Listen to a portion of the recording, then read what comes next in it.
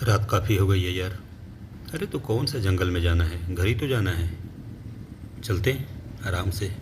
इतनी सुहानी चांदनी रात है, इतनी अच्छी हवा चल रही है।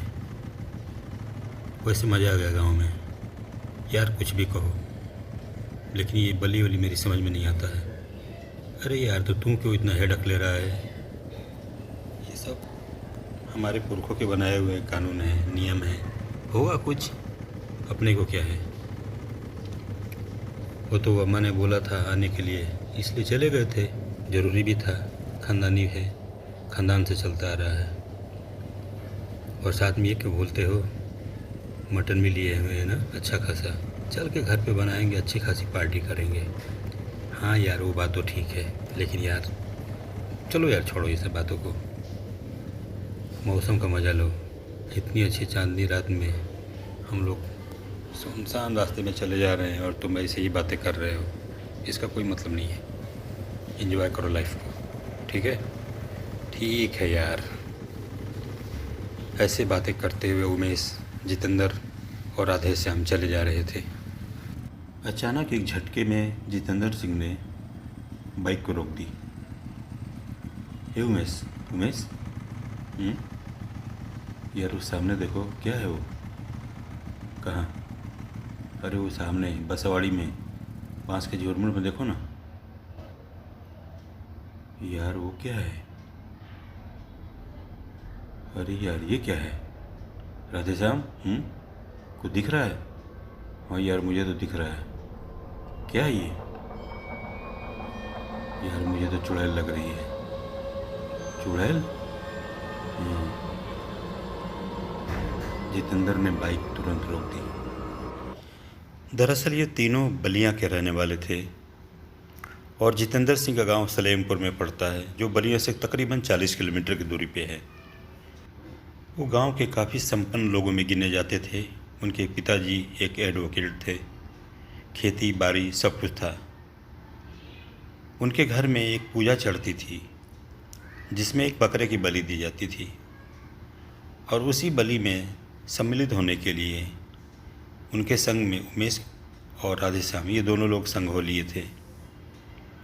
जुलाई का महीना था, मौसम बहुत ही खुशनुमा था। पूजा ख़त्म होने के बाद, हालांकि घर के सभी लोग कह रहे थे कि इस टाइम से निकलना ठीक नहीं है, मगर तीनों दोस्त कहाँ मानने वाले थे। शाम का टाइम है, खुशनुमा मौसम है, अपनी मोटरसाइकिल है, आराम से निकल जाएंगे।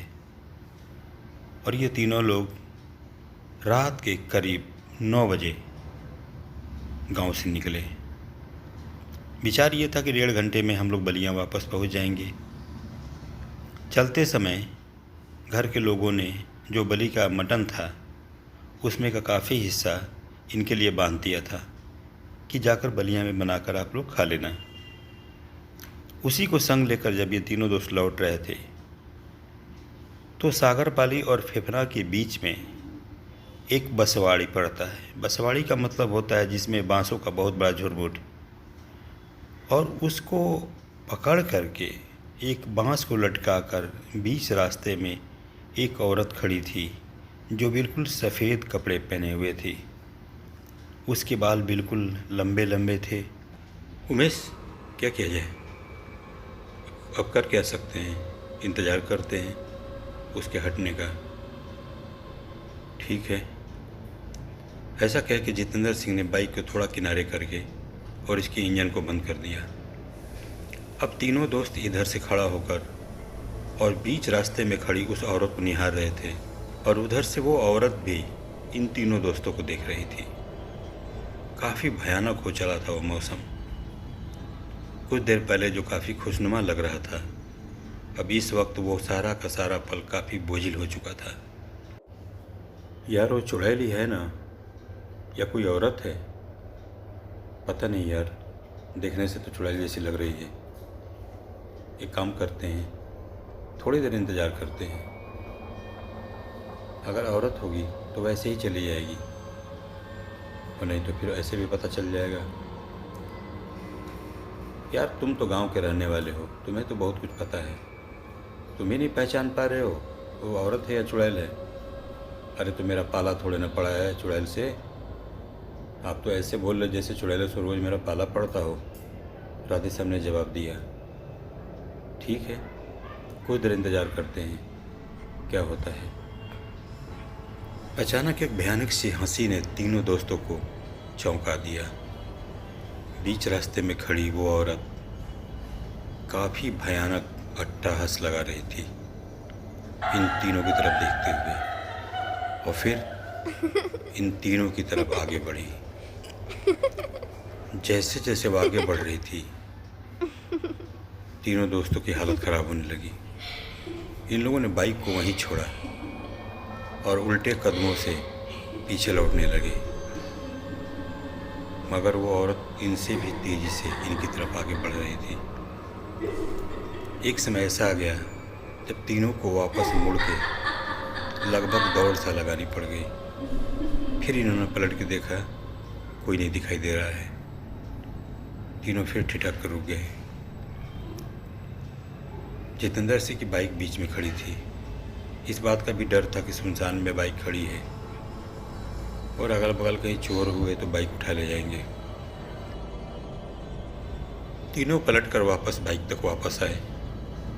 उन्होंने देखा फिर उसी बांस के पास वो औरत बीच रास्ते में बांस को पकड़ करके एक तरह से लगभग झूला झूलने जैसा हिल रही है। तीनों फिर अपने बाइक के पास ठिठक कर रुक गए और उधर से वो औरत एक अजीब सी हंसी हंस रही थी। तीनों दोस्त हनुमान चालीसा शुरू कर चुके थे। हनुमान चालीसा पढ़ने से काफ़ी राहत मिल रही थी। इंतज़ार करने के सिवा कोई चारा नहीं था। जब कभी ऐसा लगता कि वो औरत आगे बढ़ रही है तीनों पीछे की तरफ मुड़ जाते और ये खेल काफ़ी देर तक चलता रहा। लगभग 1 घंटे तक ये लुका छिपी का खेल खेलने के बाद अचानक वो औरत गायब हो गई। तीनों की जान में जान आई कि चलो ठीक है, लेकिन साथ ही साथ इस बात का एक भय भी था कि वो चुड़ैल ही थी, क्योंकि इनकी आंखों के सामने से वो अचानक ही गायब हुई थी। बहरहाल कुछ देर तक इन लोगों ने और इंतज़ार किया।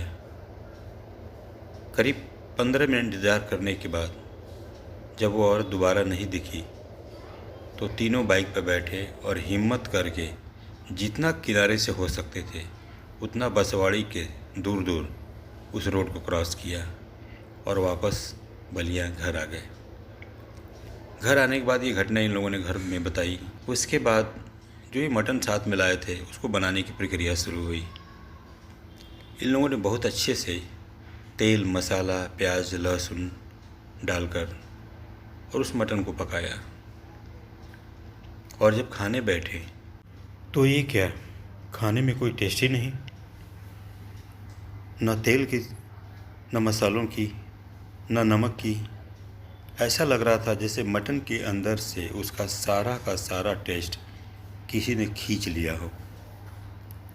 वास्तव में उसने रास्ते में मटन को छू दिया था, और वो मटन ही था जिसके कारण उसने इन तीनों दोस्तों पर अटैक किया था। कभी भी जब मटन, मछली जैसी कोई चीज़ हो तो किसी सुनसान इलाके से ना गुजरे, क्योंकि ये सत्य है, आत्माएं अभी भी उसका इंतज़ार करती हैं।